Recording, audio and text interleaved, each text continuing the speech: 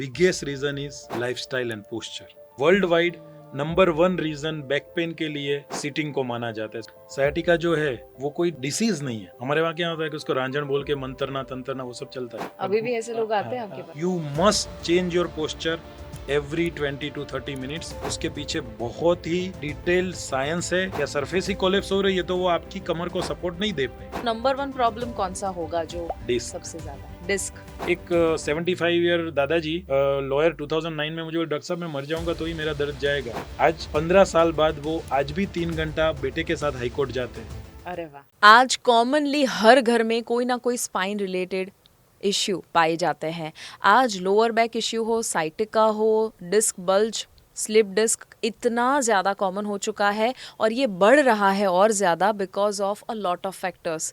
क्या प्रॉब्लम है, क्या रूट कॉज है, क्या सल्यूशन है, कैसे उसके ऊपर काम करना, क्या ट्रीटमेंट ज़रूरी है, वगैरह वगैरह सभी के ऊपर ये पॉडकास्ट में हमने बात करी है। This podcast is dedicated only for spinal health. और उसके ऊपर बात करने के लिए एक ऐसे गेस्ट हैं जिनको आप पहले मिल चुके हैं, doctor Alap Shah, the founder director of mission health, जो अहमदाबाद की सबसे बड़ी चेन ऑफ फिजियोथेरेपी सेंटर्स चलाते हैं, 8 सेंटर्स चलाते हैं और 7 लाख से ज़्यादा लोगों को जिन्होंने एजुकेट किया हुआ है अर्गोनॉमिक्स के ऊपर, और जिनके बारे में बहुत सारी चीज़ें मैं आपको बता सकती हूँ। बट अगर आपने इसके पहले वाला पार्ट नहीं देखा है जहाँ हमने यूरिन इनकंटीनेंस के ऊपर बात करी है, ज़रूर देखिएगा। ये हमने सेकेंड पॉडकास्ट शूट किया और ये बिल्कुल प्लान नहीं था।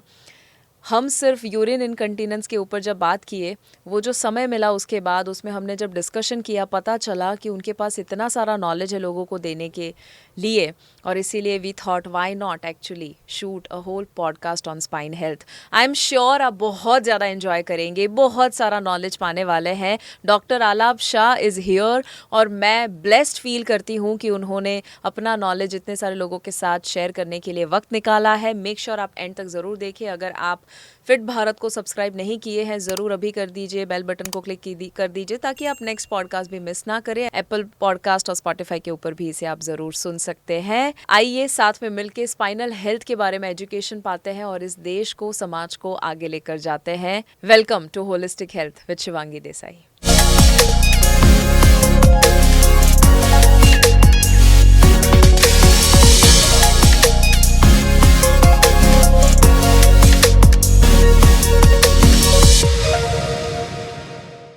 आपका लास्ट पॉडकास्ट हमें इतना अच्छा लगा कि एक और टॉपिक के ऊपर आपके साथ बात कर लेते हैं। वेलकम डॉक्टर आलाप for a special podcast on spine health. पहले तो आप ये बताइए कि स्पाइनल के इश्यूज इतने सारे क्यों बढ़ चुके हैं अचानक से? जैसे जब भी पहले के टाइम में कोई भी स्पाइन के पेशेंट्स आते थे तो कैटेगरिकली उसके कॉजेज में 3-4 फैक्टर्स रिस्पॉन्सिबल थे। फॉर एग्जाम्पल, एक फैक्टर था age related wear and tear, दूसरा फैक्टर था लाइफस्टाइल एंड पोस्चर, तीसरा फैक्टर था मेडिकल डिसीज, चौथा फैक्टर था trauma accident. So medical disease में क्या आया तो कि भाई कोई ऑटो इम्यून स्पाइन कंडीशन है, ट्रोमा यानी एक्सीडेंट हो गया, स्पॉन्डिलाइटिस टाइप का। Okay, you are absolutely aware of things. तो ऐसे 3-4 बिगर क्लासिफिकेशंस थे। तो आप सोचो पहले के जमाने में ऐसा था कि एज रिलेटेड प्रॉब्लम वाले ज्यादा आते थे। आज इन चारों क्लासिफिकेशन में से top region across the world अगर हम रेट करें तो biggest reason is lifestyle and posture. Wow. So जो गड़बड़ लाइफस्टाइल एंड पोस्चर में हुई है उसी वजह से स्पाइन के इश्यूज बढ़ रहे हैं। जैसे how to sit, how to stand, how to walk, how to drive, how to work on computer, mobile, how to lift, how to shift, how to push, how to pull, how to drive, how to do exercise, how to do yoga.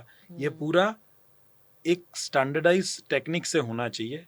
We understand कि हम सब robots नहीं है, but एक ideal guideline जैसा भी कुछ होता है और उससे जितना नजदीक रहे तो वो हमको प्रॉब्लम से बचाते हैं। उससे जितना उस चीज में जितने केयरलेस होते हैं तो ये प्रॉब्लम बढ़ता है और उसी वजह से आज ये प्रॉब्लम आज के टाइम में सबसे ज्यादा बढ़ गया है। So whenever a person works on a computer for more than few hours he is bound to enter the vicious cycle of work related spine issues. And आज सेडेंटरी एंड डेस्क जॉब की मात्रा भी बहुत बढ़ गई है। बिल्कुल, बिल्कुल सही बताया। मुझे आई थिंक ये भी लगता है कि कहीं न कहीं मसल जो है वो ड्रॉप हो रहे हैं लोगों के, क्योंकि वो बैठे रहते हैं और कोई स्ट्रेंथनिंग एक्सरसाइज़ेज़ नहीं करते हैं और फैट एक्यूमुलेट हो रहा है। तो फैट का बढ़ना, मसल का कम होना भी कहीं न कहीं जॉइंट को लोड दे रहा है, क्योंकि लोड मसल पे नहीं जा रहा है, मसल है ही नहीं। तो कहीं जॉइंट यानी स्पाइन के ऊपर भी 100%। हमारी पूरी जो सिस्टम होती है वो हुँ, मसल्स, लिगामेंट्स, कनेक्टिव टिश्यू, कुछ जॉइंट से सपोर्टेड होती है। हुँ, बट जब भी मसल वीक होते हैं तो लोड अदर टिश्यूज पे आता है, वेरी डिस्क के ट्रू। ऊपर, लिगामेंट्स के ऊपर। हुँ, बट मोरली सिटिंग की जो बात आपने करी कि हुँ, सिटिंग में फैट बढ़ रहा है, मसल कम हो रहा है, वो हुँ, फैक्ट है। बट सबसे इंपॉर्टेंट स्पाइन के, नेक या बैक पेन के बिगेस्ट रीजंस को अगर आप डिस्कस करो हुँ, तो sitting is the biggest culprit worldwide. हुँ, number one reason back pain के लिए सिटिंग को माना जाता है। So if there are two major causes, hmm, sitting and forward bending, sitting tops as the first ranking reason wow! for back pain. So prolonged sitting and wrong sitting are hmm. the key factor for all spine related issues. Wow! So prolonged sitting जो है, अगर आपको एक guideline देना हो कि कितने घंटे से ज़्यादा आपको बैठना ही नहीं है?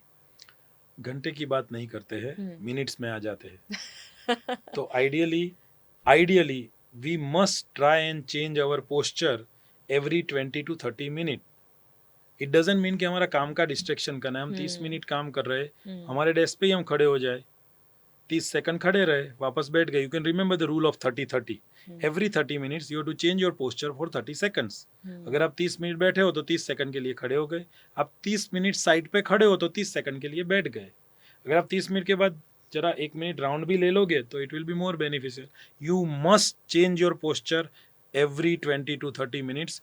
उसके पीछे बहुत ही डिटेल्ड साइंस है, वो भी हमें जब चांस मिलेगा डिस्कस करेंगे। एब्सोल्युटली। और अभी जब पॉडकास्ट के बीच में थोड़ा वक़्त मिला था, हम भी थोड़ा वॉशरूम ब्रेक लेने के लिए, वाटर ब्रेक लेने के लिए थोड़ा ब्रेक ले लिया। वैसे कोई भी एक्सक्यूज़ेज़ लोग देते रहते हैं कि हमारा तो काम ही ऐसा है कि बैठे ही रहना है।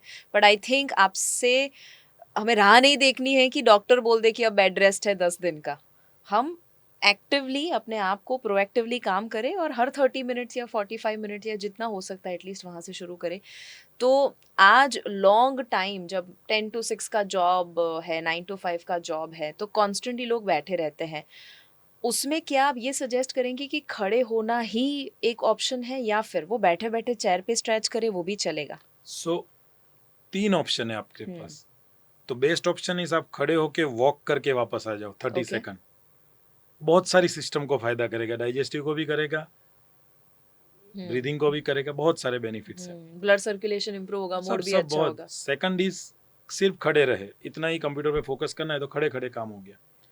एंड थर्ड, अगर कुछ भी नहीं कर सकते, जैसे मैं ये बैठा हूँ तो मेरी सीटिंग पोजीशन में ही मैं थोड़ा सा एक्सटेंड कर लूँ स्पाइन को हुँ, और फिर वापस मेरे सपोर्टेड पोस्चर में आ जाओ। फ्लेक्शन में तो बैठना ही नहीं है, क्योंकि जितना फ्लेक्शन मतलब स्लाउच ऐसे। पोस्चर में हम बैठेंगे उतना हमारी लोअर बैक के पीछे के स्ट्रक्चर्स पे लोड आएगा। Okay, so number one, walk 30 seconds, stand 30 second, if not 10 to 20 seconds के लिए आप अपने आप को थोड़ा सा मूव करके ओके, वापस रिलैक्सिंग पोजीशन में आओ। Not completely relax, we call it as a relaxed erect posture.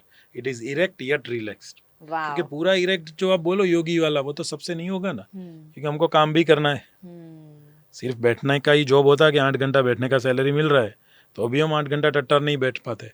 तो हमको राइट। तो बैठने के अलावा आगे काम भी करना है। राइट, सो रिलैक्स्ड इरेक्ट पोस्चर, ये बहुत अच्छा लगा मुझे, जो मैक्सिमम आपको करना चाहिए। ओके, तो प्रोलॉन्ग सिटिंग की बात कर ली, अब पुअर पोस्चर ऑफ सिटिंग की बात करते हैं कि क्या नहीं करना चाहिए और कैसे उसे सुधारें, कैसे बैठना? सो प्रोलॉन्ग सीटिंग में जनरली हम थोड़ी देर बैठने के बाद हमारे बटक्स आगे स्लाइड हो जाते हैं, धीरे धीरे हम स्लाउच होने लगते हैं। ये सबका कॉमन, हम काफ़ी कंपनी में कंसल्टेंट है, तो हमारा जब अर्गोनॉमिक्स का राउंड होता है पोस्ट लंच, तो आप देखो तो आधे से ज़्यादा पब्लिक पूरी स्लाइड हो गई है। तो मतलब ऐसे करके बैठते हैं। एब्सोल्युटली हाँ, स्लाउच पोस्चर जो हमको राइट, अवॉइड करना है। राइट, बेसिक रूल्स हम याद रखें। Buttocks has to be at the back of the chair, जितना आप ओके, पीछे ले जा सके बटक्स को टच कर देना ओके, है, सो हिप्स चेयर के साथ टच करके रखना है। करना ही। और वो बार बार स्लाइड होता रहेगा, हमको पीछे आते रहना है। Hmm, hip and knee has to be at the equal level. Okay, knee can be lower than hip, but knee should never be higher than hip. Foot should be well supported on the ground. So hip hip के ऊपर नी नहीं होना चाहिए, आप नहीं, ऐसा hip बता ऊपर चलेगा, नी स्लाइड नीचे चलेगा, हिप और नी एक लाइन में भी चलेगा, रहे? ओके, बट नी के ऊपर, हिप के ऊपर नी नहीं होना चाहिए। ऐसा क्यों? इससे क्या होगा? क्योंकि जैसे ही आपको पता है वो, आप एक छोटा सा वो बैठने का आता है, क्या बोलते हो, जिसके अंदर आप बैठ के पूरा अंदर चले जाते हो, जैसे हाँ, डनलॉप का बीन सोफा बैग है, जैसा। बीन बैग्स, बहुत हाँ। Perfect word. तो जैसे ही आप उसमें बैठते हो तो क्या होता है, जब नी का लेवल हिप से आगे जाता है तो हमारी लंबर स्पाइन फ्लेक्शन में आ जाती है। It is effect of hip flexion on the lumbar spine. Okay, तो क्योंकि लंबर में जब फ्लेक्शन हम्म, होगा तो वो हमारी डिस्क को पीछे की तरफ प्रेशर देना स्टार्ट कर देगी। Got it. सो जो लोग इवन लंबे समय तक रात को मूवी देखते हैं बीन बैग पर बैठकर, एब्सोल्युटली नॉट, एब्सोल्यूट। देखो, एक हॉबी की बात अलग है, हम्म, हम किसी की लाइफ को मेजर रिस्ट्रिक्ट करने का पर्पस नहीं रखते, बट हम रोज के इतने सारे बैक पेन पेशेंट देखते हैं हम्म, और तब पता चलता है कि prevention is the only cure. Absolutely, लोग एब्सोल्युटली, बोले prevention is better than cure, but I say prevention is the only only cure. Cure. उसको ही तो, अगर कोई यंग बंदा है, उसको एकदम अच्छा लगता है बीन बैग पे और 20 मिनट बैठ गया, तो मैं उसको रोकना नहीं चाहूंगा, but then let's make sure कि वो 20 मिनट बाद खड़ा होके 5-1 मिनट खड़ा रहे, तो उसको वो बैलेंस कर रहा है अपने लोड को। और एक सर्टन समय के बाद, उम्र के बाद तो वो अवॉइड ही करे उसको 100%, इसका क्योंकि वो इस्तेमाल बहुत ही करना। गलत पोस्चर है। एक हमारा रूल है, हमारी एक सिस्टम है मिशनल में, कि आप ऐसी सरफेस सिटिंग के लिए चूज करो जो खुद आपको सपोर्ट दे पाए। अगर सरफेस ही बाउंस हो रही है या सरफेस ही कोलेप्स हो रही है तो वो आपकी कमर को सपोर्ट नहीं दे पाएगी। एब्सोल्युटली, एब्सोल्युटली, ठीक है। सो आपने पहला स्टेप बताया कि हिप चेयर के साथ टच होना चाहिए, फिर दूसरा Hip and knee at the same level, or hip knee and, can be little lower than hip. Okay, Foot should be supported foot supported मतलब हवा on में the ground. लटकते हुए नहीं नहीं होने चलेगा चाहिए, ना, क्योंकि पेल्विस पे ट्रैक्शन करते हैं। या तो जमीन पे या तो फिर आप कुछ रखिए रखिए, स्टूल अगर जैसा। आपकी हाइट कम है तो वो मैनेज राइट, कर सकते हैं। Work station modification and work station adjustment is also a task. आप सिंपल चीज सोचो, मुझे क्वेश्चन बताओ, आपको अगर एक नई कार लेनी है या नया मोबाइल लेना है तो थोड़ा सा सर्च करोगे कि नहीं, टाइम दोगे उसके पीछे। करेक्ट, एक कार लेनी है तो 2-3 कार की टेस्ट ड्राइव करोगे। इमेजिन उस कार में आप सिर्फ 20-20 मिनट्स ट्रैवल करते हो या 2 आवर्स ट्रैवल करते हो। Work station is so important, जिसके ऊपर आप 8 to 10 hours daily for rest of the life काम करने वाले हो। मुझे एक फनी इंसिडेंस याद आ रहा है। हमारे एक बहुत ही सीनियर डॉक्टर फ्रेंड है, 30 ईयर से प्रैक्टिस में है। उन्होंने 30 साल पहले एक चेयर और टेबल पे अपनी प्रैक्टिस चालू करी। 30 साल बाद भी मैं जब उनको देखता हूँ तो उनका टेबल तो लकड़े का वहाँ है, चेयर पूरी नीचे चली गई है। तो हम जब उनको मिलने जाए तो साहब को ढूंढना पड़ता है कि वो कहाँ चले गए। अरे so this is the level of ignorance unfortunately happening in oh this my society. God, oh my god. और लोगों को लगता है इसमें क्या बड़ी बात है। ये बहुत बड़ी बात है, क्योंकि आप उसके ऊपर 8 आवर्स पूरी लाइफ रहने वाले हो। ओके, ठीक है। उसके अलावा हाथ का भी सपोर्ट अगर है तो अच्छा सो है। वो एक अलग, फिर अपर बॉडी का आपका फोरआर्म सपोर्टेड हो, नेक न्यूट्रल हो, स्क्रीन के लेवल्स प्रॉपरली अलाइंड हो, जिससे नेक को टू मच फ्लेक्शन या एक्सटेंशन में ना जाना पड़े, एक कंप्यूटर का 1 आर्म डिस्टेंस हो। These are Okay. some very important rules. And in between working also, you can keep changing the neck and lower back posture. Also keep closing and opening eyes so that eyes don't get dry constantly looking at the screen. Yes, हमने एक ophthalmologist के साथ एक बहुत beautiful podcast किया था। उन्होंने ये सेम चीज़ बताई थी कि एक्चुअली ड्राई आईज प्रॉब्लम कर It's देता है, biggest बिकॉज CRI. क्योंकि आप जब स्क्रीन के सामने देखते हो ना, ब्लिंकिंग कम हो जाता है, तो उसकी वजह से And आपको पता होगा जो भी फ्लूइड रिलीज होता है आइस को वेट रखने के लिए, वो मूवमेंट के साथ होता है। करेक्ट, तो अगर हम कोई भी मूवमेंट किए बिना 45 minute, 1 hour, 2 hour constantly stare कर रहे हैं कंप्यूटर स्क्रीन के सामने, तो वो ड्राई होने लगेगा। Absolutely, okay.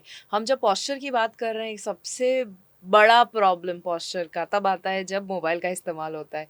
तो आप बताइए क्या अवॉइड करना चाहिए व्हाइल यूजिंग फोन, क्या गलत है और क्या सही है। सो ये मेरा नेक न्यूट्रल पोस्चर है, और ये मेरा नेक फ्लेक्शन पोस्चर है, और ये मेरा नेक एक्सटेंशन पोस्चर है।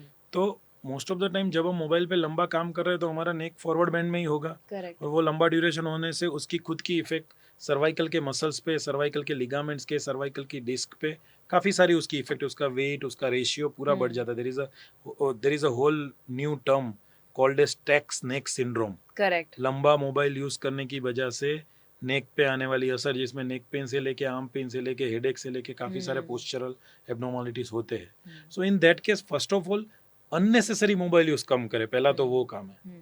बट ठीक है, हम फिलोसॉफी पे नहीं जाए, सामने वाला बोले कि भाई मेरा मोबाइल यूज मेरी ज़रूरत, तो उसको आइडियल पोजीशन बताए कि भाई तू नेक को न्यूट्रल रख के मोबाइल को होल्ड कर, फिर इस पार्ट पे लोड आएगा।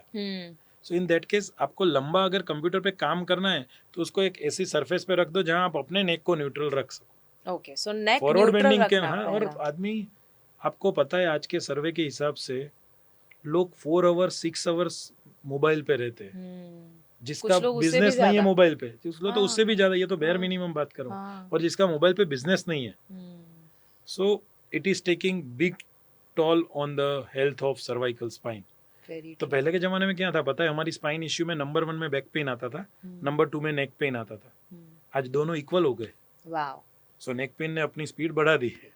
मैं कॉमेडी में थोड़ा फन करके अपने प्रोग्राम में ये कहती हूँ कि सालों तक हमारी पूंछ रही, पूंछ का इस्तेमाल नहीं किया तो पूंछ गायब हो गई। मुझे लगता है कि आने वाले बच्चे फ्यूचर जनरेशन में ऐसे पैदा होंगे जिनकी नेक ही नहीं होगी, क्योंकि हम यूज ही नहीं कर रहे, ऊपर देख ही नहीं रहे, सिर्फ एक ही पोजीशन में रख रहे हैं। इस पॉइंट से मैं आपको और सब व्यूअर्स को रिमाइंड करना चाहूंगा कि ऊपर देखना बहुत जरूरी है, क्योंकि हम नीचे ही देखते रहते हैं।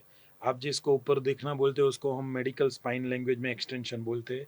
बहुत जेंटल तरीके से दिन में 10 बार सुबह शाम सर्वाइकल एक्सटेंशन होने ही चाहिए, बिकॉज फ्लेक्शन इज इनएविटेबल। तो करेक्ट। उससे आने वाले लोड को बैलेंस करने का एक ही रास्ता है, एक्सटेंशन। आई रिमेम्बर एक बार हमने बात करी थी और आपने एक बताया था टेक्निक कि आप उंगली को पीछे रखो इस तरह से और फिर ऊपर देखो। Yes as yes far yes, as I same remember. Same same. So इसको धीरे से ऊपर देखना है हाँ। और धीरे से वापस न्यूट्रल तक आना है। जब हम प्योर एक्सटेंशन परफॉर्म कर रहे हैं तो हमको न्यूट्रल एक्सटेंशन, फ्लेक्शन में हमको नहीं जाना है। ओके, तो ये कोई भी फ्लेक्शन में तो इंसान already कोई कर भी सकता इंसान, है। बट फिर भी कुछ ऐसे केसेस है हाँ। जिसमें सिवियर डिजनरेशन हो, वर्टेब्रल बेसिलर इनसफिशिएंसी, जहाँ ऊपर जाने वाली आर्टरी पे किंक होता हो, तो कुछ कॉजेज है, कॉर्ड कंप्रेशन हो, वहाँ ये नहीं करना चाहते, तो हम जनरलाइज नहीं करेंगे। जिसको बिल्कुल प्रॉब्लम नहीं है उनके लिए हम जनरलाइज कर लेते हैं। ओके ओके, ठीक है। सो जिनको प्रॉब्लम नहीं है दे कैन उनको स्टार्ट सिर्फ डूइंग इट। ऐसे हाथ रखते हुए 10 काउंट करे हर ऊपर रोज। जाए, होल्ड नहीं करना है। होल्ड नहीं करना है। Yes. हाँ, दिस इज इम्पोर्टेंट। 10 काउंट करे पर होल्ड के बिना, ओके, सो और ऊपर बहुत देखकर जेंटली न्यूट्रल। परफॉर्म करे। ठीक है, जेंटली धीरे धीरे करे, बिकॉज नेक का और मामला। उसमें किसी को भी गिडीनेस फील हो, किसी हाँ, को क्या मतलब होगा, चक्कर आना। कुछ भी ऐसा एबनॉर्मल फीलिंग हेड में लगे तो वो स्टॉप कर दे। ओके, परफेक्ट, ठीक है, क्योंकि किसी को सर्वाइकल वो फीलिंग कभी आ जाता है, वो पूरा एक चक्कर उसका वाला। सिस्टम है। हाँ। डिजनरेशन की वजह से ऑस्टियोफाइट्स फॉर्म होते हैं, और जो वर्टेब्रल आर्टरी हमारी वर्टेब्रा से पास होकर ब्रेन तक जाती है, एक्सटेंशन पोजीशन में उसके ऊपर किंक होता है, तो ट्रांजिएंट ब्लड सप्लाई कॉम्प्रोमाइज होता है, तो हमको गिडीनेस लगता है। Okay it's called as VBI, that is vertebro basilar insufficiency. Okay, ठीक है। मैंने कहीं ये भी पढ़ा था, सीखा था कि एक्चुअली आपका लोअर बैक प्रॉब्लम शुरू होता है सर्वाइकल से। इवन साइटिका का प्रॉब्लम बहुत बार हो सकता है कि सर्वाइकल पोस्चर गलत है, उसकी वजह से वो नीचे आ रहा है। तो क्या ये सही है, गलत है, या कभी कभी कुछ केसेस में ऐसा हो सकता है? नहीं नहीं, ये दोनों बहुत ही डिफरेंट पार्ट है। ओके। मैं आपको थोड़ा स्पाइन स्ट्रक्चर बता देता हूँ। Human spine has got 33 vertebrae, cervical यानी नेक में 7, अपर बैक यानी पीठ में 12, लोअर बैक यानी लंबर में 5, एंड सैक्रोकॉक्सिजल यानी बटक्स में 9। सो 33 मणकों से हमारी स्पाइन बनती है। उसमें आपको ये ध्यान रखना है, हमारा ब्रेन जो है उसमें से स्पाइनल कॉर्ड आता है और उसमें से नर्व्स बाहर आती है। तो गर्दन में से जो नर्व्स बाहर आती है वो हमारे अपर एक्सट्रीमिटी में सप्लाई करती है, और कमर में से जो नर्व बाहर आती है वो हमारे लोअर एक्सट्रीमिटी में सप्लाई करती है। ओके। तो अगर कमर की स्लिप डिस्क सयाटिक नर्व पे प्रेस करे तो पाँव में आने वाले सिम्टम को सयाटिका बोलते हैं, और गर्दन की स्लिप डिस्क अपर एक्सट्रीमिटी की नर्व पे कंप्रेस करे तो हाथ में आने वाले सिम्टम को ब्रेकियाल्जिया या रेडिएशन बोलते हैं। सो सर्वाइकल हाथ में सिम्टम देता है, लंबर पाँव में सिम्टम देता है, ये दोनों टोटली सेपरेट पार्ट है। ओके, सो दोनों का लेना देना नहीं है, कुछ लिंक ही नहीं है। ओके। सो अगर किसी को लेट्स से आज लोअर बैक का इश्यू, L5 L4 सर्जरी तक जाना, या स्लिप डिस्क हो जाना, डिस्क बल हो जाना, बहुत सारे इश्यूज हैं, तो आपके हिसाब से सबसे टॉप मोस्ट प्रॉब्लम कौन सा आ रहा है?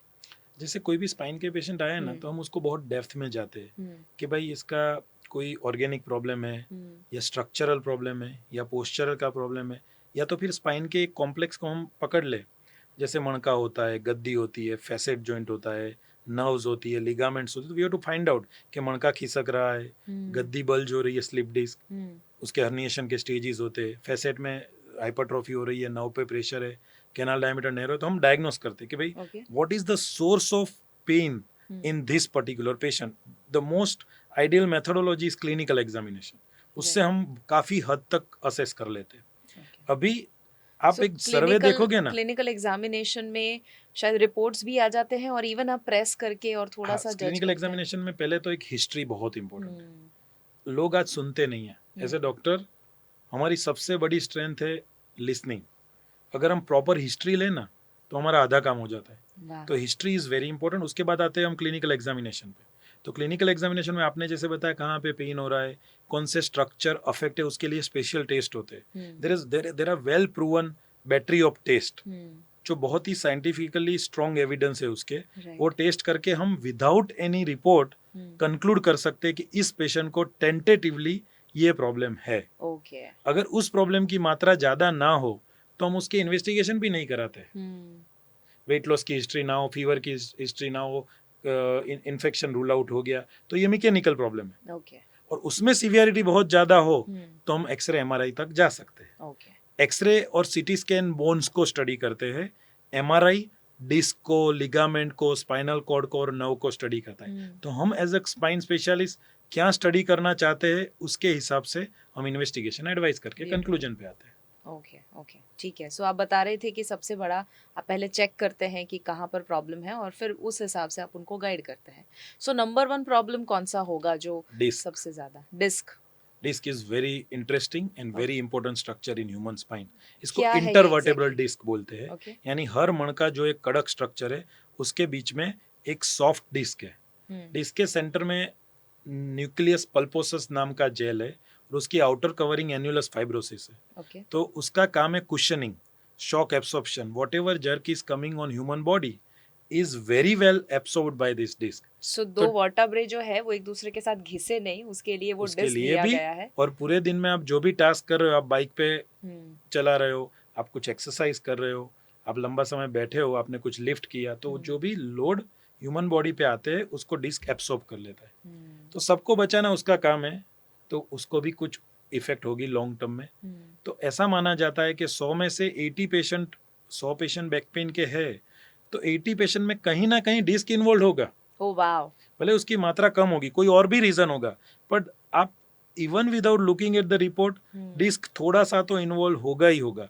बस उसकी सिवियरिटी डिक्टेट करती है कि आप कौन सी कैटेगरी में. जैसे आपका और मेरा एमआरआई करा है तो शायद स्लाइट डिस्क बल्ज आएगा, बट वो डिस्क बल्ज नॉन सिग्निफिकेंट है बिकॉज वो कोई भी स्ट्रक्चर को प्रेशर या कॉम्प्रोमाइज नहीं कर रहा है. फिर उसकी साइकिल शुरू होती है. Oh wow. ठीक है. तो आज ये डिस्क का प्रॉब्लम जो आपने बताया कि ज्यादातर 100 बैक पेन पेशेंट को देखेंगे तो 80 लोगों का प्रॉब्लम होगा. क्यों है ये प्रॉब्लम? क्या अगेन सिटिंग की वजह से? Wrong posture, prolong posture. आप लंबा बैठते हो, आप गलत बैठते हो. आप सुबह में उठते ही अपना दिन स्टार्ट करो तो series of forward bending episode. आप पहले ही क्या करोगे, भगवान के दर्शन, तो फॉरवर्ड बेंड किया, चलो चल गया.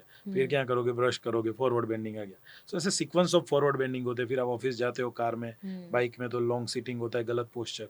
ऑफिस आके बैठे रहे, शाम को सोचा थोड़ा जिम जाता हूँ, जिम जाके अगर पोस्चर का ध्यान नहीं रहा तो साइंटिफिक गाइडलाइन में करते हो तो फैंटास्टिक है. तो ऐसे पूरे दिन के जो पोस्चर की मिस्टेक होती है that finally leads to this issues. Okay. और इवन इसमें लोअर बैक पेन भी आ गया कि लोअर जितने बैक लोगों पेन भी को आ गया, नेक भी आ गया. सीटिंग से ज्यादा हम लोअर बैक को होता है. ओके. ओके. अब बैक पेन जितने लोगों को भी है, जो लोग सुन रहे हैं, घर पे कुछ कर सकते हैं वो उसे प्रिवेंट करने के लिए, या ऑलरेडी हो चुका है तो उसको रिवर्स करने के लिए? सबसे पहले जिसको कोई प्रॉब्लम नहीं है उसके लिए जैसे हमने नेक का एक्सटेंशन आपको बताया, ऐसा लोअर बैक का एक्सटेंशन भी वो कर सकता है. ओके. वो वो कैसे बहुत होगा? साइंटिफिक. जैसे उल्टा लेट के 2 हाथ प्लिंथ के ऊपर रख के हल्का सा ऊपर की तरफ आना है. भुजंगासन. भुजंगासन जैसा? में थोड़ा बहुत हाई रेंज हो जाता है. ओके. सो इनिशियली थोड़ा सा हाफ और बहुत हम्म. जेंटल तरीके से उसको पंपिंग मैकेनिज्म से करना है, होल्ड नहीं करना है. वो एक स्टार्ट करे बिगिनर के लिए. ओके. दूसरा पोस्चर चेंज करने की हमने जो बात की वो सबसे कंपलसरी चीज है. तीसरा बैक स्ट्रेंथनिंग. चौथा कोर स्ट्रेंथनिंग. कोर के बारे में भी हम डिटेल में डिस्कस करेंगे. ये सब बेसिक चीज है. नो, जिस पेशेंट को प्रॉब्लम है तो उसको पहले आइडेंटिफाई करना पड़ेगा because there are group of patient जिनके लिए भुजंगासन इज हार्मफुल.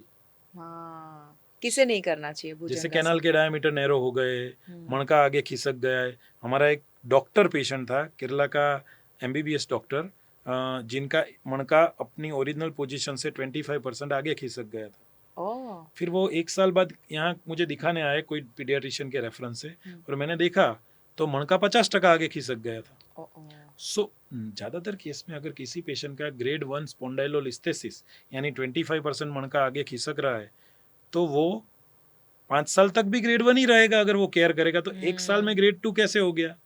तो मैंने उसको हिस्ट्री लिया, तो उसने बोला कि कोई केरला में कोई जगह पे उसको भुजंगासन के रोज के 100 काउंट करने के लिए दे दिए, तो इन अरे दैट केस बाप इट रे। Turn to be disaster for her. So मेरा कहने का मतलब ये है कि कौन सी कंडीशन है उसके हिसाब से पूरा सिस्टम डिसाइड होता है। It is Wow. Not a random thing, वाह। It's So a very highly even- specialised science. जी, जो एक्सरसाइज भी करते हैं, योगा भी करते हैं, उनको भी ध्यान से अपने करंट कोई कंडीशन है, कोई चैलेंज है हेल्थ में, कोई स्पाइनल इश्यू है, कोई भी किस्म का इश्यू है, उसको ध्यान में रखते हुए ये एक्सरसाइज करना कितना ज़्यादा ज़रूरी है। बहुत इंपॉर्टेंट है।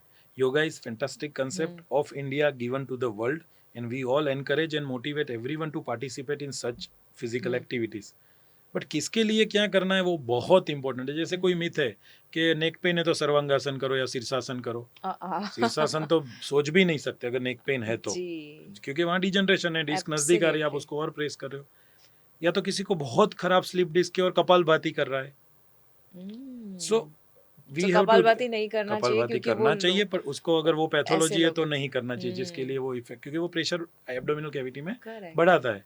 So yoga is fantastic, but normal person जिसको कोई प्रॉब्लम नहीं है वो सब योगा स्टार्ट कर सकता है उसकी एज और कंडीशन के हिसाब से। राइट। अदरवाइज प्रॉब्लम वाले के लिए तो definitely subjective yoga, subjective objective examination के बाद एक टेलर मेड प्रोग्राम होगा। तो हमारे वहाँ भी फिजियोथेरेपी ट्रीटमेंट कंप्लीट होने के बाद पेशेंट पहले योगा जाता था तो हम उसको एनकरेज करते हैं, डिस्करेज नहीं करते, बट हम सिर्फ उसका जो लिस्ट होता है ना उसमें यस नो टिक करके दे देते, so they are very clear on now what they have to do. That is nice, that is very nice. So doctor Alap, आपने स्लिप डिस्क का इतना बड़ा बताया, कॉजेस बताए, चीजें बताई, बट रिवर्सल संभव है, और अगर यस तो कैसे?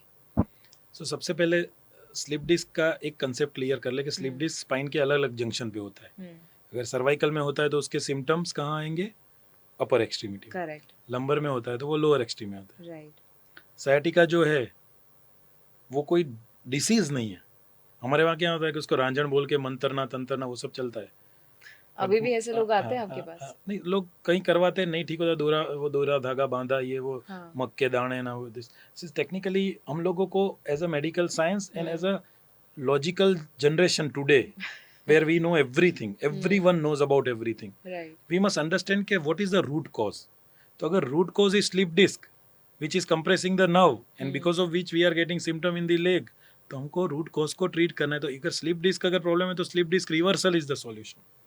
So there is a fantastic concept we have been doing for 17 years now called as non-surgical slip disc reversal or non-surgical segmental spinal decompression.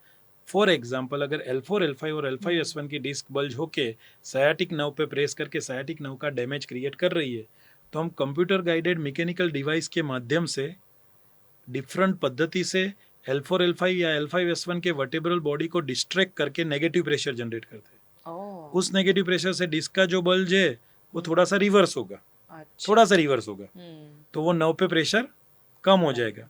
तो जैसे ही नर्व पे प्रेशर कम हो गया तो नर्व को होने वाला डैमेज हमने आगे बढ़ते हुए रोक लिया।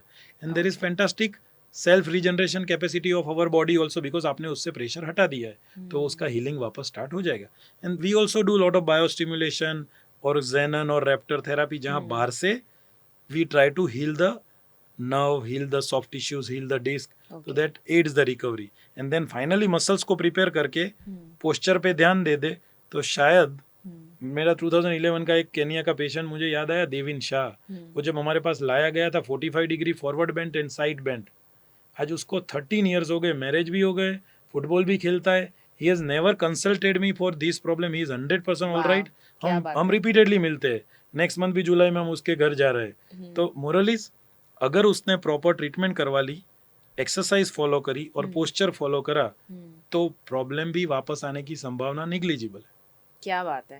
But I think slip disc का प्रॉब्लम ऐसा है जहाँ पर घर पे बैठे बैठे वो कुछ नहीं कर पाएंगे, उनको एक एक्सपर्ट के पास ही आना पड़ेगा। स्लिप डिस्क को रिवर्स कर लेना तो हम देखो, कुछ पेशेंट ऐसा भी डिस्कस करते हैं कि सर घर पे कुछ हो सकता है, तो उस केस में मैं सोचता हूँ मैं आपको कुछ तो हेल्प कर दूंगा, जैसे कुछ अच्छे पोस्चर, कुछ लाइट एक्सरसाइज, कुछ ऐसी भी एक्टिविटी है साइंस की वर्ल्ड में, जैसे उस एक्सरसाइज की मदद से हम डिस्क बल्ज को स्लाइट रिवर्स कर सकते हैं। बट अगेन नर्व कंप्रेशन की मात्रा को देख के वो दिया जा सकता है, क्योंकि घर पे बैठ के सिम्टम में कुछ एग्जागरेशन या चेंजेस आए ना तो उसको कंट्रोल करना फिर डिफिकल्ट हो जाएगा, because then he is daily self directing himself. So it is important कि एक एक्यूट फेज और थोड़ी सी सिवियरिटी वाले इश्यूज में हम उससे बाहर आ जाए. फिर सेल्फ केयर तो पूरी जिंदगी घर पे करना है. मेरा 15 साल पहले भी कोई पेशेंट ट्रीटमेंट ले चुका है. वो आज एक 75 ईयर दादाजी लॉयर 2009 में मुझे बोले, डॉक्टर साहब मैं मर जाऊंगा तो ही मेरा दर्द जाएगा. आज 15 साल बाद वो आज भी 3 घंटा बेटे के साथ हाईकोर्ट जाते हैं. अरे वाह. इन 15 साल में ही नेवर नीडेड ट्रीटमेंट. तो उसके बाद तो सेल्फ हेल्प ही है. और सेल्फ हेल्प में है क्या? पोस्चर, एक्सरसाइजेस, कुछ गाइडलाइंस हम देते कि इस सिम्टम को ऐसे मैनेज करो, वो मास्टर ही आ जाती है. ओके. आपने बीच में एक शब्द कहा साइटिका. साइटिका आज बहुत सारे लोगों को वो परेशान कर रहा है और पहले नहीं था उतना ज्यादा, आज है तो वो बढ़ रहा है. उसका बहुत ज्यादा बढ़ रहा है. तो वो क्यों क्या वजह है उसकी? क्योंकि सायाटिक नर्व हमारे बटक से शुरू होके लेग में आने वाली लॉन्गेस्ट नर्व है ह्यूमन बॉडी का. ओके. नर्व के 2 डिवीजन होते हैं, मोटर एंड सेंसरी. मोटर ताकत देती है, सेंसरी सेंसेशन ले जाती है. जब डिस्क का लिक्विड बल्ज होके नर्व के ऊपर प्रेशर कर रहा है तो नर्व का ब्लड सप्लाई और ऑक्सीजन कॉम्प्रोमाइज होता है, तो नर्व डैमेज होने लगती है. उसकी वजह से वो सिम्टम बैक में ना रह के पाँव में आ जाता है. सो एग्जाम्पल, कोई पेशेंट बोलेगा मुझे पाँव में हैवीनेस लग रहा है, कोई बोलेगा टिंगलिंग नमनेस हो रही, कोई बोलेगा बहुत पेन हो रहा है, मैं नहीं टॉलरेट कर पा रहा हूँ. और एक्सट्रीम केसेस में लेग्स में वीकनेस चालू हो जाती है. So sciatica can be a simple pain in the legs to weakness in the leg. तो वो पूरी एक सिम्टम की उसकी स्टेज बाय स्टेज क्लासिफिकेशन रहती है. तो जैसे ही हम डिस्क बल्ज को रिवर्स करेंगे सेगमेंटली, अगर L4 L5 हो तो हम L4 L5 पे ही हाईएस्ट फोकस करेंगे. और वो डिस्क बल्ज रिवर्स होने लगेगा तो नर्व का प्रेशर कम होगा. तो सायाटिक नर्व का प्रेशर कम होते ही सायाटिक नर्व का वापस एक्टिवेशन और कंफर्ट अच्छा. लेवल आने लगेगा. पर ये अगर कोई प्रिवेंट करना चाहता है तो उसको क्या ध्यान रखना? Daily back exercise back exercise and daily ergonomics posture following. आप अगर ergonomics posture following मतलब जो अभी हमने बात बैठने किया की कि बात बैठा और नहीं, कैसे. उससे भी बियॉन्ड आप ड्राइव कैसे करोगे, हम्म. आप ऑफिस में कैसे बैठोगे, आपका लिफ्टिंग कैसे रहेगा, आप स्पोर्ट्स में पार्टिसिपेट करो तो क्या ध्यान रखोगे, आपकी चेयर कैसी होनी चाहिए, हर चीज. तो ये अगर आपने फॉलो कर लिया तो शिवांगी मैं आपको ऐसा बताऊंगा कि कोई चाहे तो भी प्रॉब्लम नहीं आएगा. आपने बहुत सारी चीजें बताई, गाड़ी कैसे चलाना, लिफ्ट कैसे करना. आप टॉप 5 चीज बता सकते हो कि लिफ्ट अगर कर रहे हो तो ये ना करो, ये करो. हम क्विकली एक Done. 2 मिनट में अगर बात कर तो सकते. लिफ्ट करने के लिए हमको पहले तो जो भी ऑब्जेक्ट को हम लिफ्ट कर रहे हैं उसके सामने खड़े रहना है. ओके. जिसको हम जिस लिफ्ट ऑब्जेक्ट कर को रहे हम हैं लिफ्ट उसके करने वाले, सामने. बैग है एग्जांपल, ओके. उसके क्लोज खड़े रहना है. ओके. मेंटली प्रिपेयर होके लिफ्ट करना है. हम बातें और ध्यान नहीं और बड़ा ऑब्जेक्ट लिफ्ट कर लिया तो we are not prepare, we are not engaged our core. और उसको लिफ्ट करने के लिए भी फॉरवर्ड बेंडिंग 50 डिग्री 60 डिग्री से ज़्यादा अवॉइड करके थोड़ा हिप और स्पाइन दोनों की डिग्री ऑफ फ्रीडम यूज करके लिफ्ट करने का टेक्निक होना मतलब चाहिए. कि नी को बैंड करके थोड़ा सा नी, नीचे. थोड़ा सा हिप, थोड़ा सा बैक, तीनों के कॉम्बिनेशन से अपर एक्सट्रीमिटी से So प्लान करके लिफ्ट राउंड ना हो बैक. कंप्लीटली उसका कर्व हम मिस ना कर दे, लॉस ना कर दे. I remember one young patient जो यूएस से लैंड हुआ, अहमदाबाद एयरपोर्ट पे बैग लिफ्ट करने गया. वो बड़ी बैग होती है ना, जब यूएस पहले के टाइम पे जाते थे तब बड़ी बड़ी बैग लेके ही जाते थे. तो खुद लिफ्ट करी, he was flat on the airport. His father called me, we sent ambulance, picked him from that, admitted in our setup, treated 4-5 days and got him back. MRI भी करने के लायक नहीं था वो. अरे रे. डिस्क बल्जी था फाइनली उसके डायग्नोसिस में. इज 100% अहमदाबाद में आज वो बहुत एग्रेसिव बिजनेस चला रहा है. बहुत बढ़िया. ओके. सो एक हुआ कि लिफ्ट कैसे करना, फिर ड्राइव कैसे करना. ड्राइव करने में हमारा लेग डिस्टेंस और चेयर डिस्टेंस प्रॉपर होना चाहिए. हम लोग क्या कहते हैं, स्टीयरिंग के इतने क्लोज आ जाते हैं. नहीं, you have to improve the distance. क्यों डिस्टेंस करना है? हमारे हिप और नी के एंगल को मेंटेन करने के लिए. और दूसरा, चेयर का जो पीछे का पार्ट है उसको थोड़ा सा बैक सपोर्ट पीछे ले जाना 90 डिग्री, या फॉरवर्ड बेंड नहीं रखना, उसको स्लाइट बैकवर्ड सो 90 डिग्री से थोड़ा सा स्लाइट पीछे. ओके. या तो 90 बट आगे तो बिल्कुल ही नहीं. आगे तो बिल्कुल. Leg space is extremely important while driving a car. Leg space रखना आप है. अंदर एंटर हो रहे हो, बाहर आ रहे हो, हर चीज में लेग स्पेस आपको एक अच्छा वो देगी. और on a lighter note, not offending any companies, मुझे आप सिंपल कार भी दोगे चलेगा, बट वर्ल्ड की लग्जरियस सीडान दोगे तो I would not prefer that. थोड़ी हाई हाइट होनी जरूरी है. हाँ, एसयूवीज वगैरह वगैरह आप ज्यादा रेकमेंड करते हैं. बेस्ट कोई भी high height tall men's car. हाँ. मैं एकदम wagon R, Santro, not so costly cars, but high height tall men's car ये बहुत और एसयूवी. तो मैं पर्सनली मुझे वर्ल्ड की most luxurious company sedan gift में भी दे तो मैं उसको यूज नहीं करूंगा. ये बहुत इंटरेस्टिंग चीज बताई, पहली बार मैंने सुना है, बट कितना लॉजिकल है. क्योंकि आप उसमें कंपलसरी चाहो या ना चाहो फ्लेक्शन में ही आ जाते हो. हाँ। आपका हिप नी का एंगल बदल जाता है, लंबर का एंगल बदल जाता है. सो वो भी साइंस है. लोग पूरी वर्ल्ड सीडान में भी घूम रही है. स्पाइन में इतनी प्रैक्टिस करने के बाद थोड़ा सा पोस्चर के बारे में ऑब्सेशन डेवलप होने की वजह से ये कमेंट मैं कर रहा हूँ. ये नहीं, जनरलाइज नहीं कर आई सकते आप. कम्प्लीटली अग्री, क्योंकि मैं जब सिडान चलाती हूँ ना, and the pressure I feel कि लॉन्ग आवर्स ऑफ ड्राइविंग है, भले वो 2-5 घंटे हो, और वर्सेस एसयूवी जब चलाते हैं तो लगता है बैक इज रिलैक्स्ड, कंफर्टेबल है आप, क्योंकि आपकी कंफर्टेबल लेग है. स्पेस, हाइट सब कुछ मेंटेन है. Very true, very true. ठीक है, तो हमने बात करी कैसे लिफ्ट करना, हमने बात करी कैसे ड्राइव करना, और कुछ है जिसके ऊपर आप पोस्चर करेक्शन करना चाहेंगे? कैसे खड़े रहना और कैसे वॉक करना खड़े है? रहने में हमारे दोनों फुट, दोनों नी, दोनों हिप पे इक्वल वेट होना चाहिए. नी थोड़ा सा सॉफ्ट होना चाहिए, लंबर न्यूट्रल होना चाहिए, shoulder slight relax and forward looking. तो एक आइडियल पोस्चर है. कोई लोग क्या स्वे बैक करते हैं, कोई थोड़ा फॉरवर्ड बेंड अपर बैक से रहता है, किसी का डोर्सल और लंबर का डिस्टर्ब होकर स्टमक का पोर्शन, एब्डोमेन का पोर्शन थोड़ा आगे आता है. दो he is not fat, but posture की इम्बेलेंस की वजह से स्वे बैक पोस्चर होता है. तो उससे वजह थोड़ा टमी टक इन, हिप नी का soft angle, shoulder relax and forward looking posture. वो स्वेइंग इसीलिए भी होता है कि उनका बेली बढ़ गया है, और शायद मैं वही बता रहा हूँ कि their belly might not be big, it's a muscle imbalance. Anterior and posterior pelvis के मसल की एसिमेट्री की वजह से और डोर्सल और लंबर के मसल के इम्बैलेंस की वजह से वो थोड़ा सा पोस्चर डेविएट होता है. And this is very well correctable with exercise. Okay, okay, ठीक है. सो कैसे खड़े रहना तो आपने बता दिया, दोनों पैर पे इक्वल वेट वगैरह होना चाहिए. इवन जब आप हेड फॉरवर्ड है तो वो भी आपका, चटक इन, आई चिन टक थिंक, शोल्डर के ऊपर कान आना चाहिए, और आपका शोल्डर, शोल्डर, ईयर सब ear, एक लाइन में. hip. कंप्यूटर में काम करते करते लोग फॉरवर्डेड कर देते हैं. फॉरवर्ड से सब ऑसिपिटल मसल की टाइटनेस डेवलप होती है. सब ऑसिपिटल मसल की टाइटनेस से सर्वाइकल हेडेक चालू हो जाता है. और आदमी महीनों तक फिजियो ले ले फिर भी ठीक नहीं होगा. बट जब फिजियोथेरेपी उसको 5 दिन या 10 दिन अच्छा सा सब ऑसिपिटल स्ट्रेच करके सिखा दे तो उसका हेडेक चला जाएगा. परफेक्ट, ठीक है, ठीक है, ओके. और वॉक करते वक्त भी ये सेम चीज़ों का अगर वो ख्याल रखे तो उसको कोई प्रॉब्लम नहीं. आपने बहुत सारी चीज़ों को गाइड किया है. अगर कोई इंसान को कोई भी किस्म का स्पाइनल इश्यू आता है, और अगर दवाइयाँ, स्टेरॉइड्स, इंजेक्शंस जो दिए जाते हैं, उसमें आपके क्या विचार है? सो बहुत एक्यूट पेन है और वो हाँ. ऐसी कंडीशन में है कि हिल नहीं पा रहा है, तो कुछ 2-3 दिन एंटी इन्फ्लेमेटरी या मसल रिलैक्सन ले ली, ठीक है. But long term medicine avoid करना है, क्योंकि वो अल्टीमेटली हमारी इंटेस्टाइन लाइनिंग को भी इफेक्ट करता है और सिस्टम के बहुत सारी जगह पे वो डिस्टर्बेंस करता है. किडनी, लीवर, वो लंबे डोज से होता है. खैर, बट हम क्यों वो लेना चाहिए, क्योंकि वो टारगेटेड ट्रीटमेंट तो है ही नहीं. Temporary relief, lot of side effects, not a targeted treatment. और स्टीरॉइड टारगेटेड नहीं है, इसका मतलब ये है कि वो सिर्फ वो ही एरिया को ट्रीट नहीं करता है, पूरे बॉडी में वो, और एब्सोल्युटली इसीलिए साइड एब्सोल्युटली. और वो इफेक्ट. टेम्पररी पेन रिलीफ करता है, अंदर तो कुछ क्योर वो कर नहीं रहा है. करेक्ट. सो हम वही चीज पे फोकस करें जो रूट कॉज को ट्रीट करे. जैसे steroid strictly no no Shivangi, strictly no no. उसकी भले ही साइड, कितना कॉम्प्लिकेशंस क्यों अरे ना. आप नहीं मानोगे, आज यंगस्टर सफर हो रहे हैं. जैसे पोस्ट कोविड हम एक कंडीशन देख रहे हैं जिसका नाम है AVN of hip. Oh, big time, बहुत बड़ा problem. Problem. Avascular necrosis of hip. There is due to steroid induced coagulopathies. पहले के जमाने में क्या था, कभी कभार कोई इन्फ्लेमेटरी डिसीज के लिए दे दिया या कभी कभार स्किन कंडीशन में दे दिया. तो हमारे मिशन के हिप क्लिनिक में हम वीक में एकाध एवीएन पेशेंट देखते थे. आज हम डेली एक पेशेंट देखते हैं. Are you kidding me? And 22 year young girl, 35 year young boy are advised hip replacement surgery. Oh.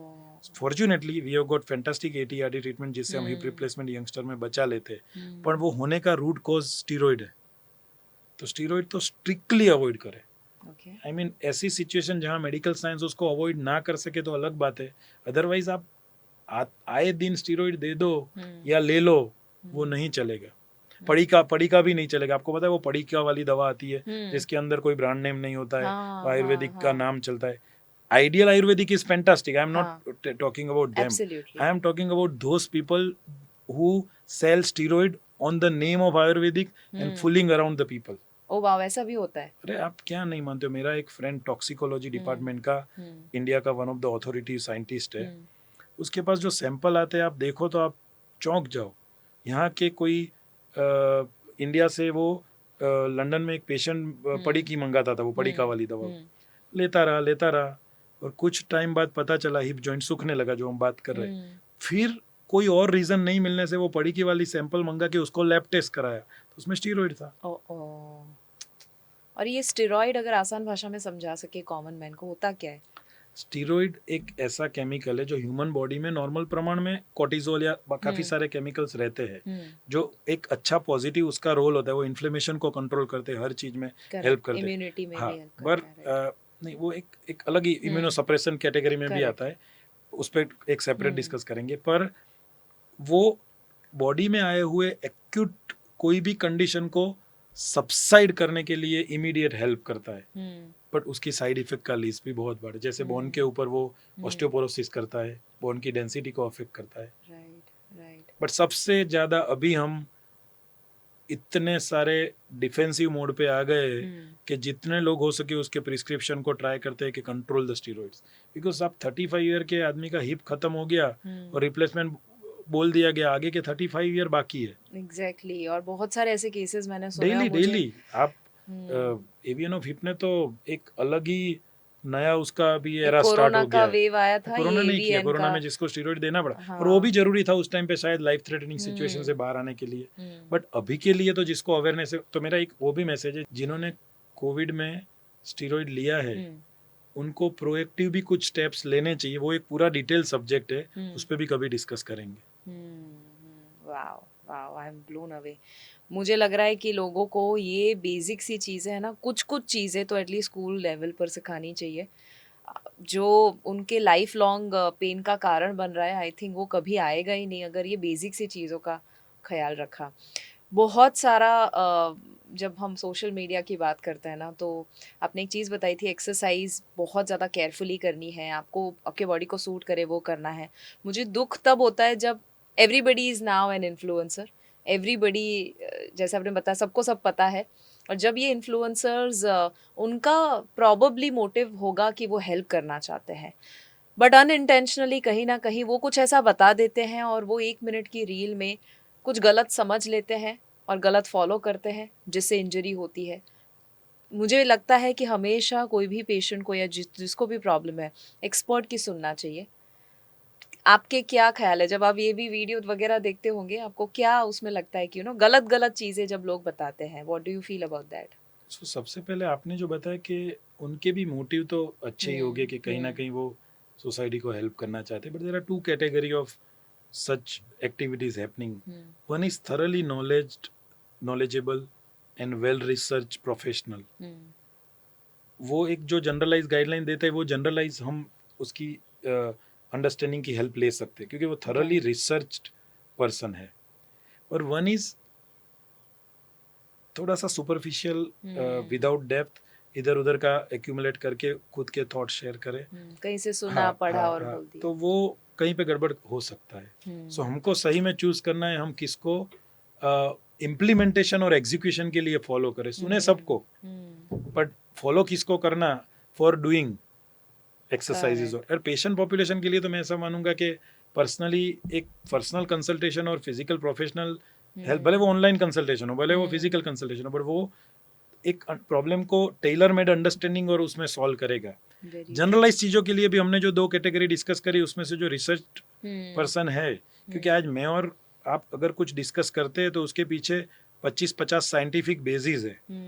कुछ भी रैंडम कमेंट करना इस प्लेटफॉर्म पे अलाउड नहीं है। It is a responsible task, because अगर 500, 1000, 5000, 50,000 लाख लोग उसको देखे सुने, उसमें से कोई भी फॉलो करता है, तो it's I consider this influencer thing और डिजिटल मीडिया पे कुछ एडवाइस देना is a very very responsible task, क्योंकि आप अपने पर्सनल कंसल्टिंग रूम में सिर्फ एक फैमिली से डिस्कस कर रहे हो, यहाँ आप हजारों फैमिली से डिस्कस कर रहे हो। So true. आई थिंक मेरा एक प्रोग्राम, हेल्थ कोच प्रोग्राम जब मैं लेती हूँ, आपने जो बताया ना 1 to मास्टर्स में जब डिजिटली आप कुछ भी शेयर कर रहे हो तो बहुत ज़्यादा ज़रूरी होता है। मेरा मानना है इवन 1 to 1 में भी आप, अगर आप डॉक्टर हैं, न्यूट्रिशनिस्ट हैं, या मैं जब सर्टिफाई करती हूँ लोगों को, हेल्थ कोच को, मैं एक रूल हमेशा कहती हूँ, वो रूल है आई डोंट नो।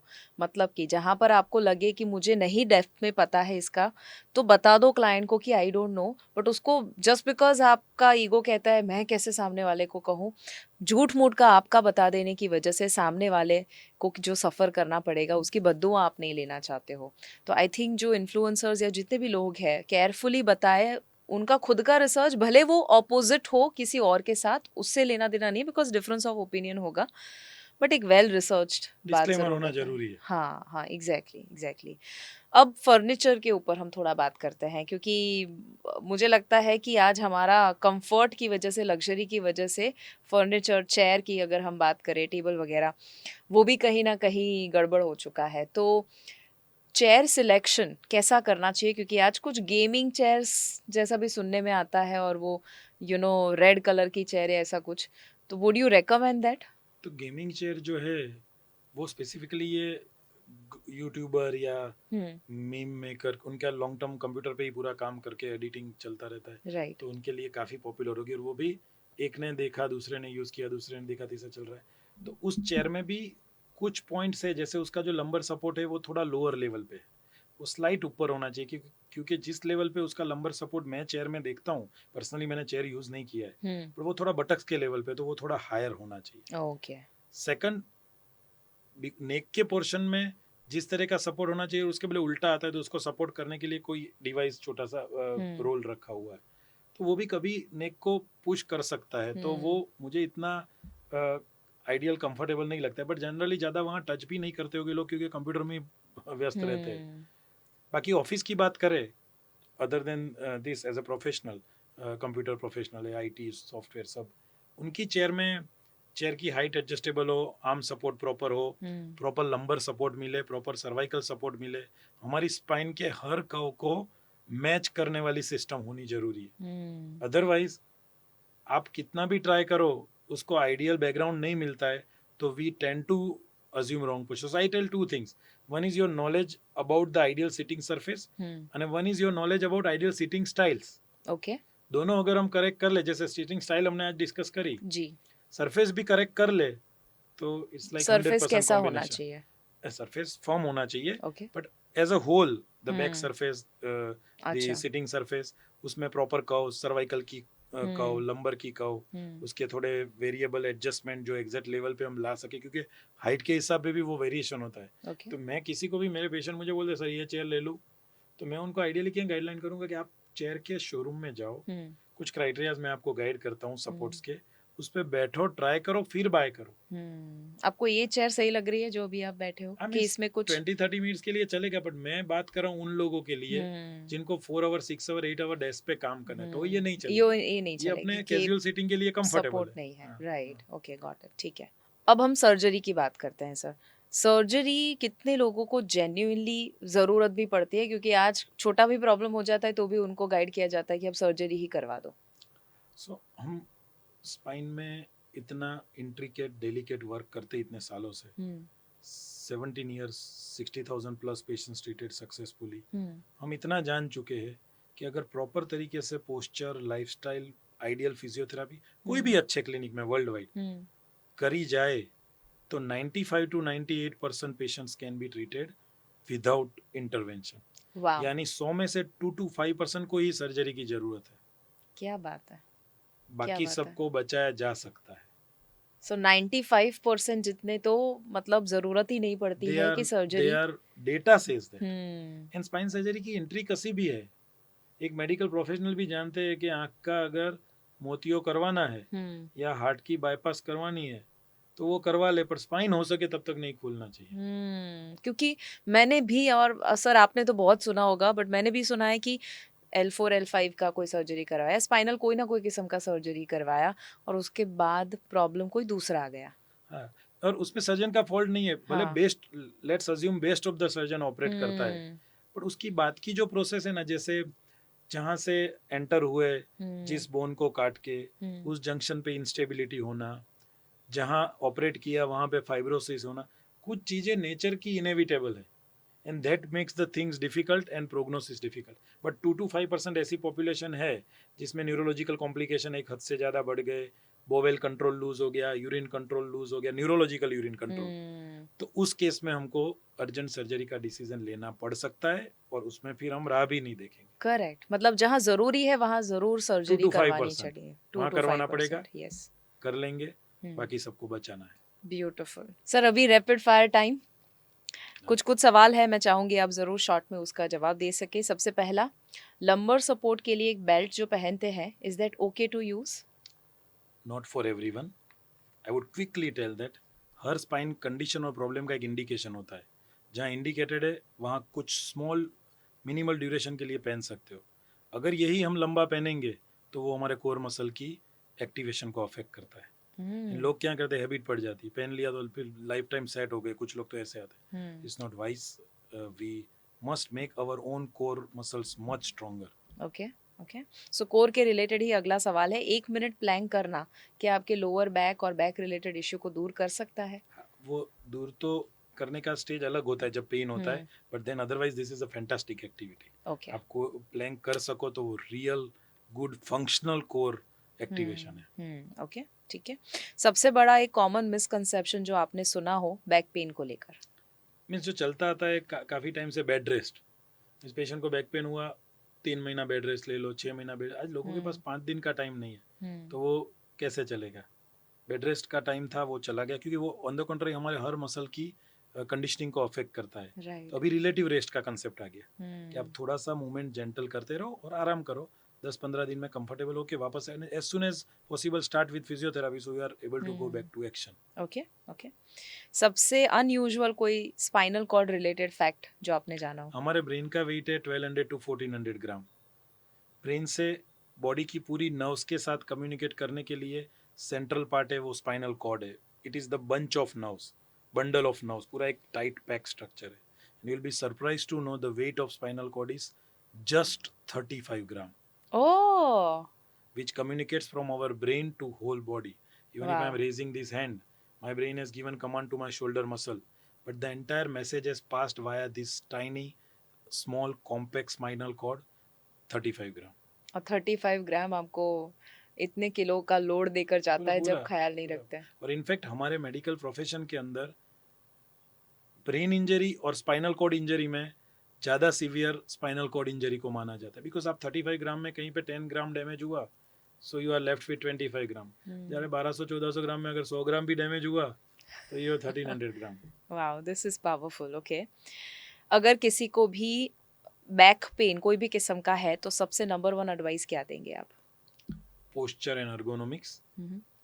उनको कंप्लीट पोस्चर चेंज करने पे ध्यान रखना है. हर 30 मिनट में वो 30 सेकंड के लिए पोस्चर चेंज करेंगे तो they will be happy and they will be remembering us to today's talk positively for rest of the life. किसी को भी स्पाइनल इश्यू को अवॉइड करना है उसके लिए टॉप कोई भी एक हैबिट जो उनको ऐड करनी चाहिए, एक हैबिट जो कभी नहीं करनी चाहिए? सो बैक की स्ट्रेंथनिंग एक्सरसाइज रेगुलरली करनी है. अर्गोनॉमिक्स की आइडियल गाइडलाइन के जितने क्लोज रह सके वो रहना है.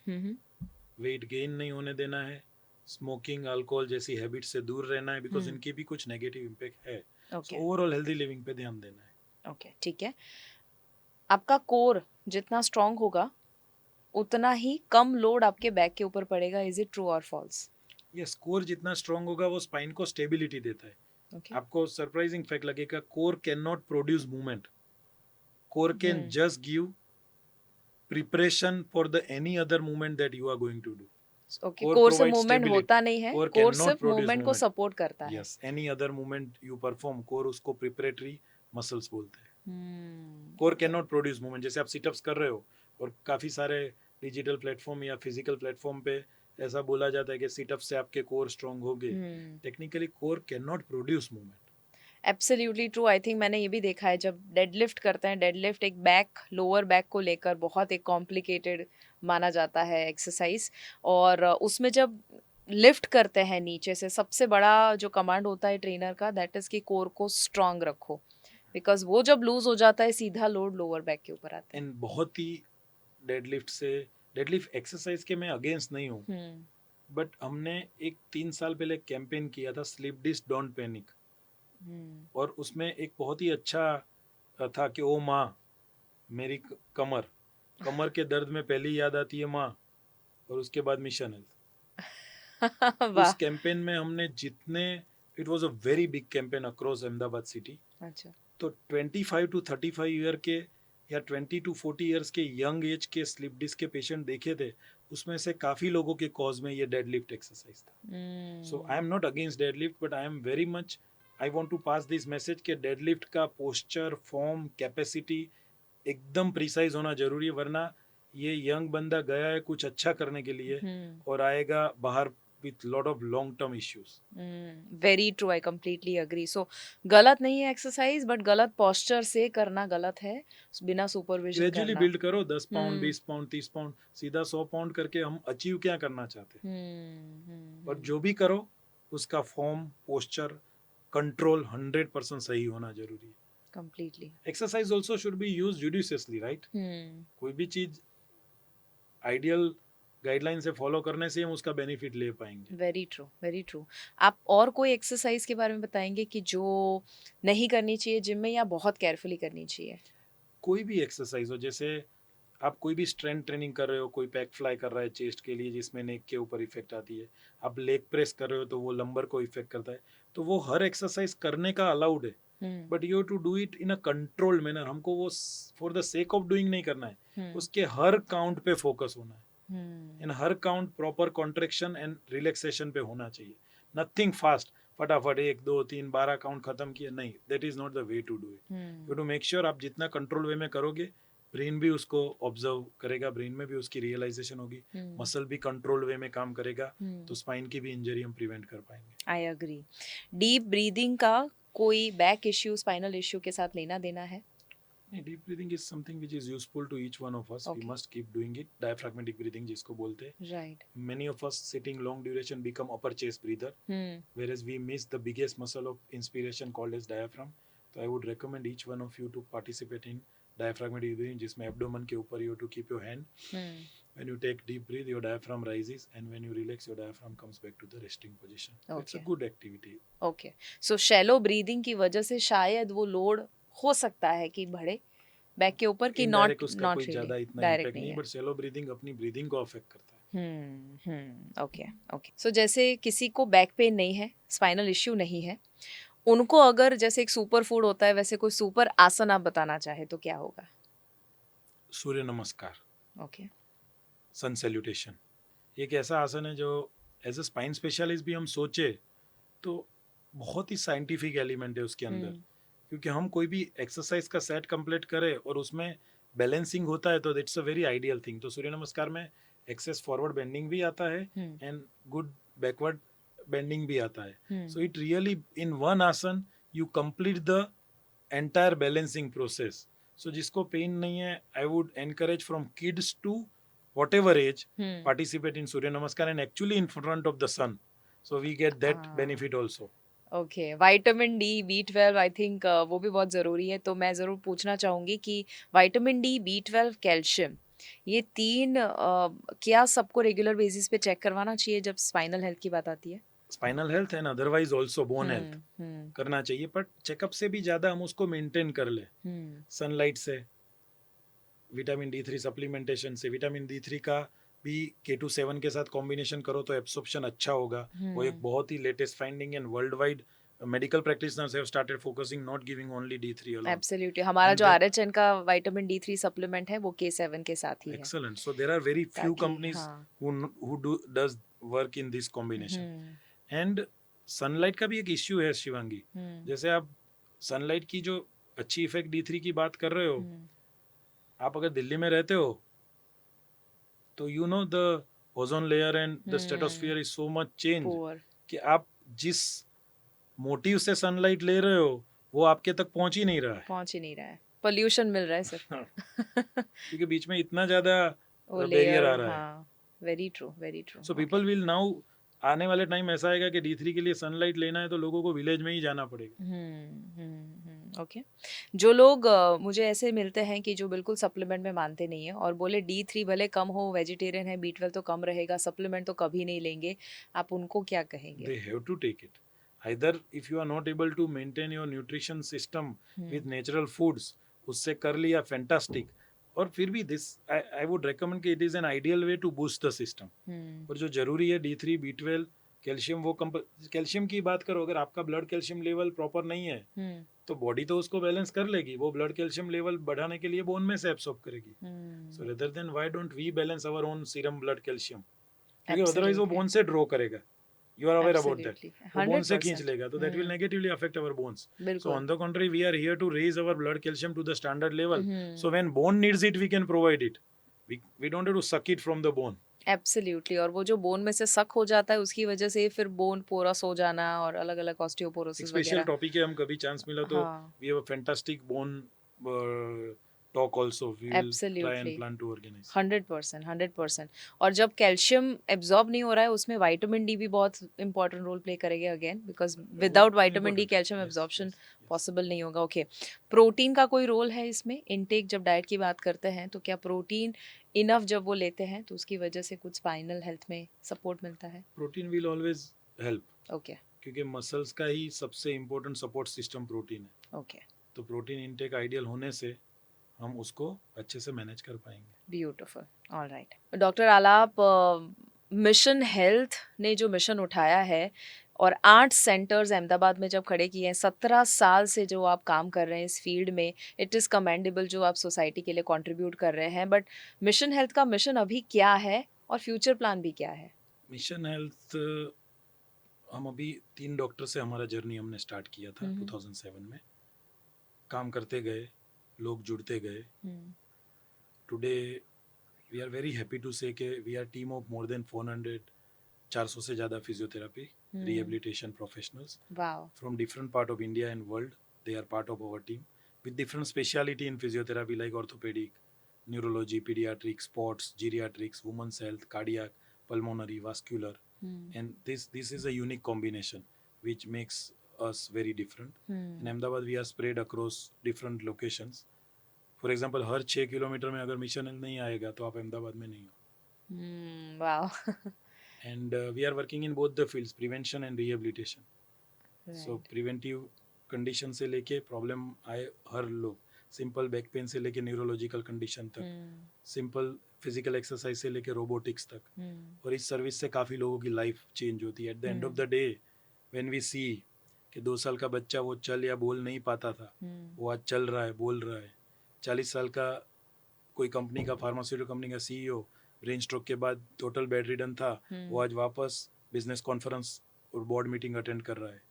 70 ईयर की दादी कमर की नस की दबाव या घुटने की वजह से चलना रुक गया था, जो वापस 20 मिनट चलती है. हमारा पेशेंट जो कमर से ठीक होने के बाद सारंगपुर या वैष्णो देवी की यात्रा चल के करता है. तो eight the end of the day you feel really satisfied.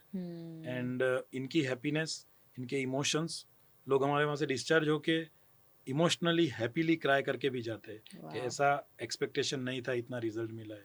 So that fulfils the whole purpose. I think वो आपको जो दुआएं मिल रही है ना उसी वजह से आपका इतना सारा ग्रोथ हो रहा है. So there is a cascade effect. More the people we make happy, more the results we are gaining, more they push us to work, and we keep working more, and then it's a entire positive cascade correct effects. Cycle. Very true. अब future में क्या plan है आपका? आप क्या So other than Ahmedabad भी सोच रहे हैं? अहमदाबाद में भी अभी हमारा एक 30,000 स्क्वायर फीट का सेटअप साइंस सिटी में हम एक्सपांड कर रहे हैं, ओके. जो हमारा सेंटर ऑफ एक्सेलेंस है. Surat we are coming up with 30,000 square feet facility centre of excellence model जो हमारा है. Beautiful. So these are the 24 plans. We are planning something internationally in 25. क्या So बात we are in deep discussion at certain part of the world, and let's see where it happens. So we want to take our services to different part of India or some part of the world. This is current thought process within our management. Absolutely. And soon I think मुझे लगता है वो सम नहीं रहेगा, वो all हो जाएगा, all parts of the world ये पहुंचेगा, क्योंकि इतना ब्यूटीफुल मिशन है. और मुझे जैसे फिट भारत मिशन मेरे दिल के बहुत करीब है, वैसे मैं देख रही हूँ कि आपके हर शब्द में, आपके बॉडी लैंग्वेज में मिशन हेल्थ अंदर छिपा हुआ है. कहीं ना कहीं आप दिल से काम कर रहे हैं सभी लोगों के लिए. आप इतनी दुआएं पाते हैं, आपने इतना सब कुछ कमा लिया है अपनी लाइफ में, सक्सेस पा लिया है. How has been your journey?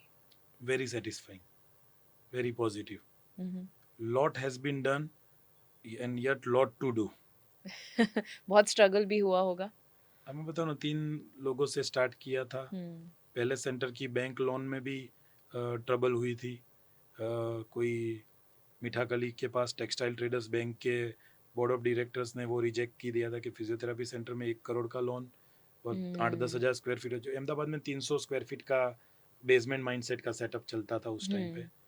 तो जब 8-10 हज़ार स्क्वायर फीट का सेटअप और स्टार्टिंग लोन 1 करोड़ की, तो वो लोगों ने रिजेक्ट ही किया था. तो ट्रबल था उस टाइम पे. फिर उन लोगों ने रिक्वेस्ट किया तो मिलने के लिए बुलाया. 2-3 घंटा मैंने वेट किया, वही क्लासिक स्टोरी हर आदमी की लाइफ में होती है। जी फिर बोर्ड ऑफ डायरेक्टर्स की कैबिन में उन्होंने मुझे बोला 10 मिनट बताओ कुछ आपको बताना, तो then my talk what I wanted to do lasted for more than 1 hour and they immediately sanction the loan. वो टाइम और आज का टाइम, अभी हमारे 30-40 करोड़ के भी सेटअप्स होते हैं तो banks are in queue to give the loan. समझो उस दिन एक लोन रिजेक्ट हुई, काफ़ी परिश्रम किया, काफ़ी मीटिंग की, कन्विंस किया, तब जाके लोन मिला।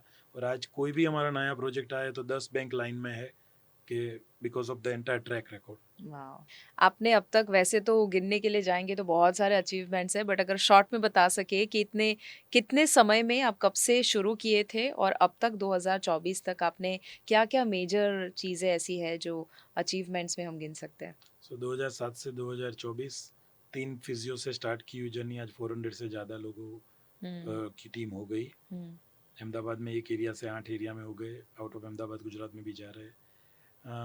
सबसे बड़ा अचीवमेंट ये है कि अगर हम रोज़ के 900 पेशेंट ट्रीट करते हैं तो उसमें 400-500 पेशेंट तो ऐसे हो गए, एटलीस्ट 400 जो 300 से ज़्यादा अलग सिटी से ट्रीटमेंट लेने अहमदाबाद आते। क्या आज के बात है। डेट में यहाँ बांसवाड़ा का भी पेशेंट भी ट्रीटमेंट ले रहा होगा तो आसाम में तिनसुकिया से भी आया होगा। आज के डेट में यहाँ वेस्ट इंडीज़ की एक आंटी भी ट्रीटमेंट ले रही है तो लंदन के कोई अंकल भी ट्रीटमेंट ले रहे हैं। मुंबई, दिल्ली, बेंगलोर से भी लोग आता है। So it's a good sign for our Ahmedabad city के यहाँ ट्रीटमेंट लेने आते हैं कुछ पर्पज़ से। और कभी 70 year busy businessman from London travel करके कैबिन में आता है तो पूछता है कि डॉक्टर आलाप कौन छे? मैं बताऊँ मैं ही हूँ। तो क्या मुझे लगा वो कोई 60 साल के कोई डॉक्टर बुजुर्ग होंगे, कोई इंसान होंगे 40 जी ईयर्स वाले कोई डॉक्टर नहीं होंगे। जी। और अहमदाबाद में भी अगर कर्णावती क्लब में कोई 6 लोग लाइन में बैठे हैं, झूले पे बैठे गप्पा मारने, तो उसमें से एक पेशेंट मिशन हेल्थ का होगा। आई एम और श्योर। 6 किलोमीटर में मिशन हेल्थ नहीं आएगा तो आप अहमदाबाद में नहीं हो। क्या बात है, कंग्रेचुलेशंस डॉक्टर आलाप और आपकी पूरी टीम जो है। मैं मिली हूँ बहुत सारे लोगों को उनमें से, और सभी के अंदर वही वो गिविंग का नेचर है कि बस वो ज़्यादा से ज़्यादा लोगों तक आपकी सर्विस पहुंचाना चाहते हैं। मैनी मैनी कंग्रेचुलेशंस, आपके जैसे लोग और ज़्यादा आए, बढ़े इस समाज में, ताकि हम लोगों को और ज़्यादा कंट्रीब्यूट कर सके। Thank you so much Shivangi for this. And आप भी जो फिट भारत के माध्यम से लोगों को कुछ ऐसे लाइफस्टाइल इश्यूज के बारे में अवेयरनेस करते हो with such a Nobel work, क्योंकि कोई यहाँ से बैठा बैठा डिजिटल माध्यम से कितने लोगों की लाइफ चेंज हो रही है, तो मैं आपको उसके लिए बहुत कॉम्प्लीमेंट देना चाहूँगा। And I would like to wish you keep doing such activities so that you thank keep you. Touching millions of people across the world. Thank you so much sir. और जो भी लोग आपको कांटेक्ट करना चाहते हैं, आपकी कोई कांटेक्ट डिटेल्स हम डिस्क्रिप्शन और कमेंट में भी डाल देते हैं, ताकि अगर आपकी टीम या आप गाइड कर सके, आई थिंक बहुत सारे लोगों को हेल्प मिल जाएगी। थैंक यू सो मच आपका स्पेशली वक्त निकालने के लिए। Thank you so much. देखा, मैंने कहा था आपको कि आप बहुत सारी चीज़ें इस पॉडकास्ट से पाएंगे। डॉक्टर आलाप शाह के साथ बात करते हुए मुझे इतना अच्छा फील हुआ है, क्योंकि उन्होंने हर एक पॉइंट बिना कोई झिझक इतने डिटेल में शेयर किया है।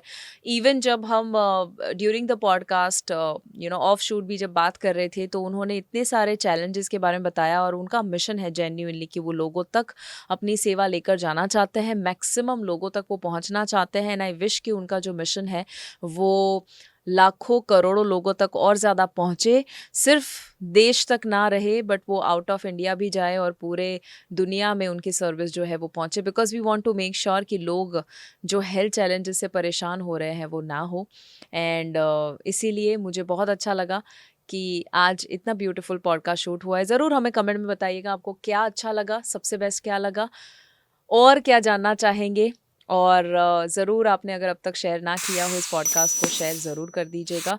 मैं डॉक्टर आलाप शाह की कॉन्टैक्ट डिटेल्स भी डिस्क्रिप्शन और कमेंट में डाल देती हूँ, in case you want to reach out to him. आप एप्पल पॉडकास्ट, स्पॉटिफाई के ऊपर भी इसे सुन सकते हैं, और बेल बटन को क्लिक करके सब्सक्राइब ज़रूर करना फिट भारत को, ताकि आप ऐसे पॉडकास्ट मिस ना करें। नेक्स्ट टाइम ज़रूर मिलेंगे ऐसे ही कोई नए टॉपिक के साथ। तब तक याद रखिए, अगर हेल्थ है तो सब है।